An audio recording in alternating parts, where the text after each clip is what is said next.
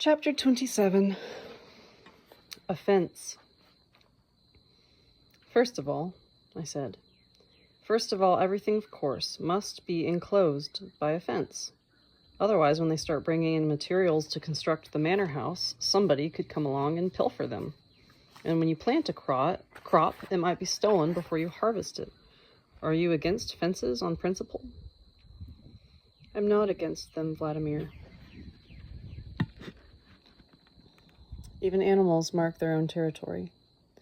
Only, what are you going to make the fence of?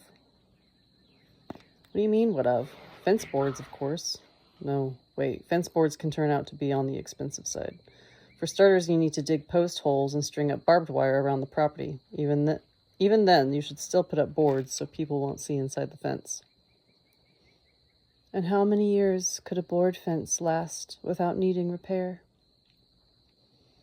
If it is constructed of good material, if you keep it painted or varnished and smear the parts of the posts that are in the ground with pitch, it might go 5 years or more without needing repair. And then you'll probably need to do some repair work and touch it up to keep it from rotting. So that means you will constantly have to fuss over the fence, and it will give your children and grandchildren even greater cause for concern. Would it not be better to construct it so your children will not have to bother about it, and so that their view will not be spoilt by the sight of rotting timber? Let us think how to make the fence more solid and long-lasting, so that your descendants may have fonder remembrances of you. Of course, you can build it so it will last longer. Who wouldn't want that? For example, you could make brick pillars and a brick foundation, and you could put cast iron grill work in between. That kind of fence doesn't rust. It can even last 100 years. But only very rich people can afford to build a fence like that. Can you imagine a whole hectare? That's a perimeter of 400 meters. A fence like that's going to set you back several 100,000 rubles, maybe even millions. Still, it'll last a good 100 years, maybe even 200 or more. You can even have it made with all sorts of family monograms.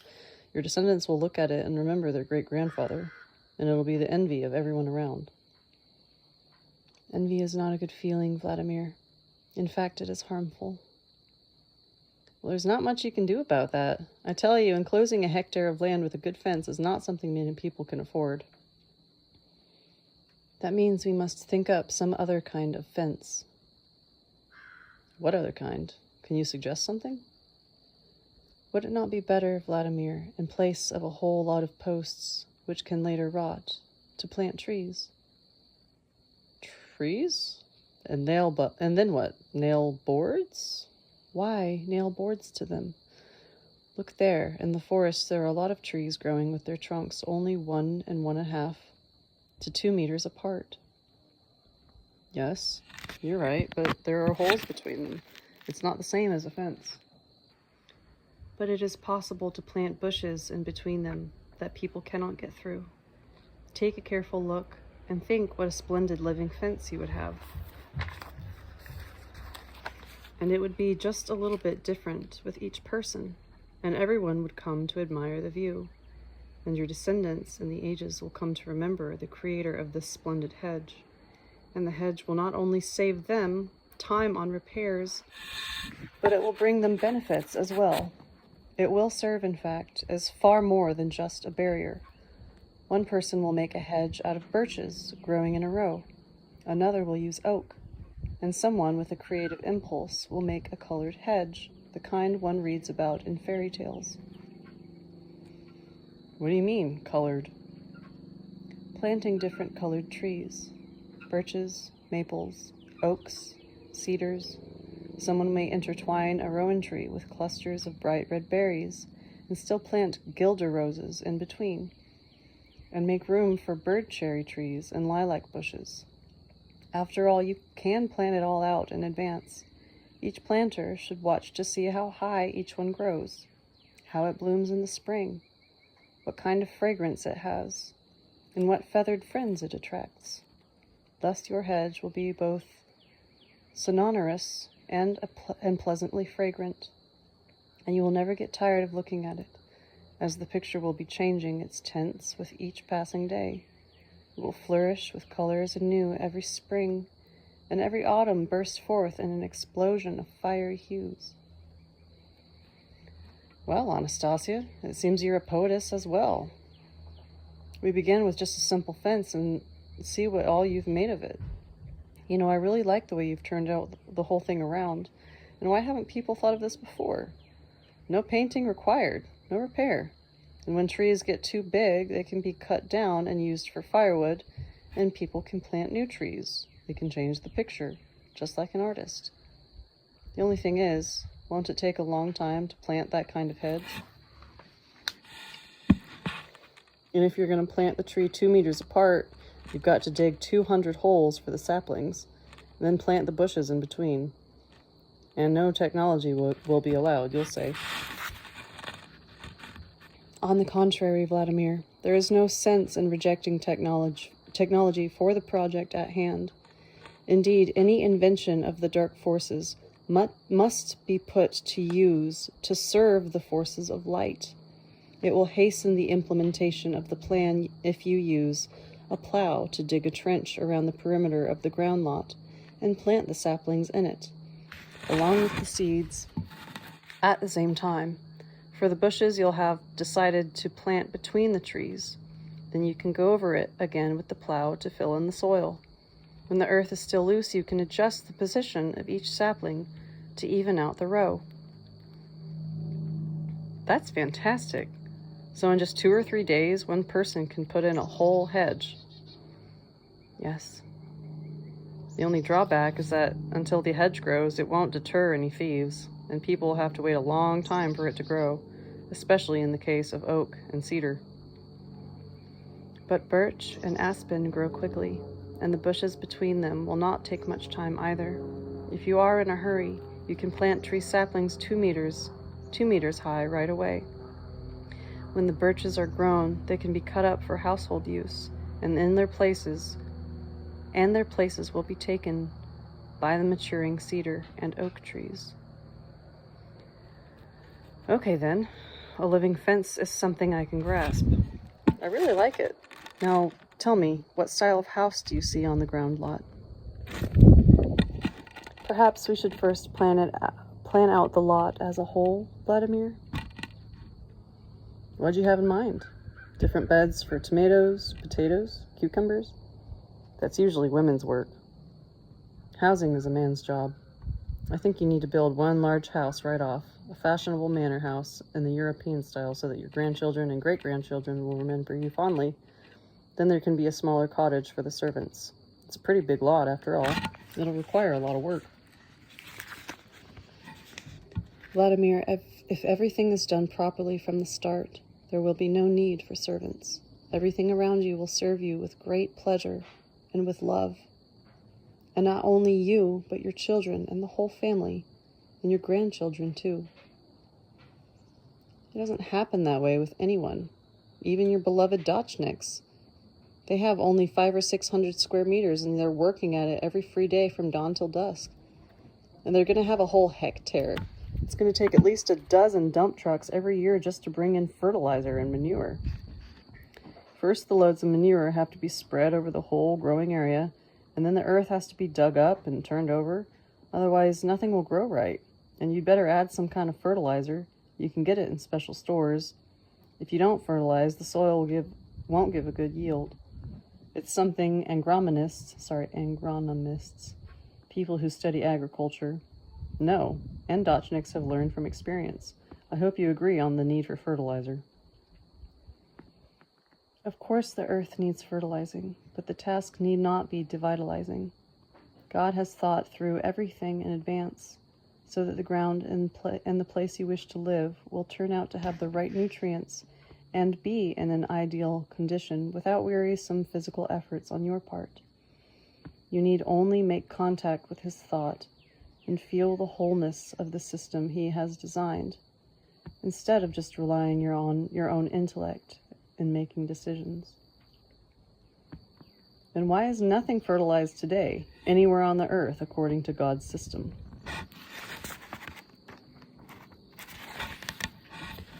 Vladimir, right now you are in the taiga. Look around you. Look how high the trees are, how mighty their trunks. Among the trees, herbs and bushes are growing. There are raspberries and currants. Indeed, a whole lot of everything grows right here in the taiga for man's use. And over thousands of years, not a single person has fertilized the ground, but the land remains fruitful. What do you think? How has it been fertilized, and by whom? By whom? I don't know how or by whom, but you've pointed out a really important fact. Indeed, it is simply amazing how man somehow gets everything twisted around. Tell me yourself, why aren't various kinds of fertilizer needed in the taiga? Here in the taiga, God's thought and God's plan are not interfered with to the same degree as where man lives today. In the taiga, leaves fall from the trees, and little branches are torn off by the breeze. And these leaves and branches, along with worms, fertilize the ground in the taiga. And the grass, which grows all around, regulates the composition of the earth. The fertilizers you are familiar with can substitute for leaves falling from the trees. After all, leaves include many of the diverse energies of the universe. They have seen the stars, the sun, and the moon. Not only seen, but they have interacted with them. And even many thousands of years from now, the ground here in the taiga will still be fertile. But the ground lot where our house is to be built is not in the taiga, you see. Then begin planning. You yourself can plant a forest of different kinds of trees. Anastasia, maybe it'd be best if you told me right off how to make it so that the soil on the plot stays fertilized all on its own. That's a major undertaking since there are so many other things to do. Planting beds, warding off various kinds of pests. Of course, we could talk about details and particulars, but it would be best for each one to apply his own thought, his own soul, and his dream to the building work. Each of us knows instinctively what will be the most suitable arrangement for him, and bring joy to his children and grandchildren. There can be no one single plan that fits all. Each plan is individual, like a great artist's masterpiece. Each man must make it his own. But give me an example. At least tell me in general terms. All right, look, I shall do a little outlining for you. But first, there is the most important thing to understand. Everything is created by God's hand for the good of man. You are a man and can control everything around you. You are a man. Try to comprehend and feel through your soul what constitutes a real paradise on the earth. More specifically, Anastasia, without philosophizing, tell me what to plant, where, tell me where I should dig, what cash crops should I grow that will bring me the biggest return on my investment. Vladimir, do you know why peasants and farmers today are so unhappy? No. Why? So many of them are striving to bring in as big a harvest as they can, to sell. They think more about money than about the land. They themselves do not believe they can be happy in their own family nest. They think the rest of the people are happy in the big cities. Believe me, Vladimir, whatever is created in your soul will unfailingly be reflected in the whole world around you. Of course, outward details are also necessary. Let us think together about one way we can plan out our plot. I shall simply start things rolling, and you can help me on your part. Okay, I'll help. You start. Let us say that our lot is on a barren section of land and is now enclosed on all sides by a hedge. Let us divide it, reserving half or 3/4 of the lot for a forest, and there plant a variety of trees. On the edge of the forest, where it borders on the remaining parts of the lot, We shall plant a hedge in such a way that animals cannot pass through it and trample the crops growing in the garden plot. In the forest we shall set up a pen using densely planted saplings, which in time will be home to a goat or two. And we shall also use saplings to construct a shelter for egg-laying hens. In the garden plot we shall make a pond approximately 16 meters across. We shall plant raspberry and currant bushes among the trees in the forest and wild strawberries around the edge. Later, after the trees in the forest have grown a little, we can set up 2 or 3 empty log hives there for bees.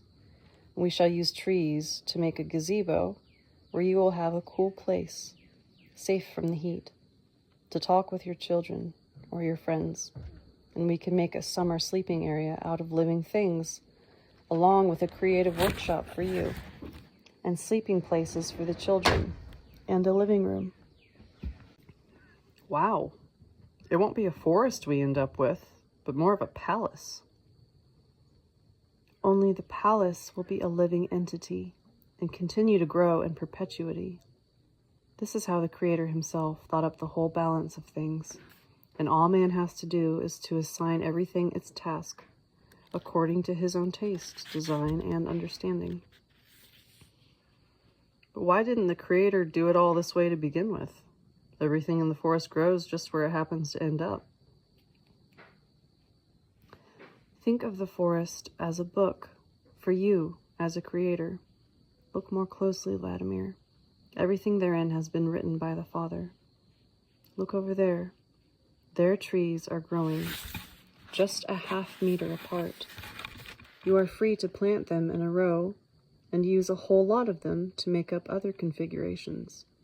In among the trees, there are bushes growing. Think of how you can make use of them to sweeten your life. And where the trees do not allow grass and bushes to grow between them, you can take that as a lesson for building your future house out of living materials. It is as though all you have to do is formulate the required program and adjust it according to your taste.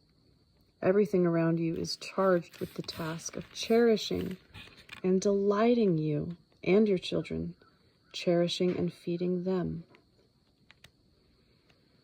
To feed ourselves, we'll need to plant a vegetable garden. That'll take a lot of sweat. Believe me, Vladimir, even the vegetable garden can be set up so that it will not be an aggravation.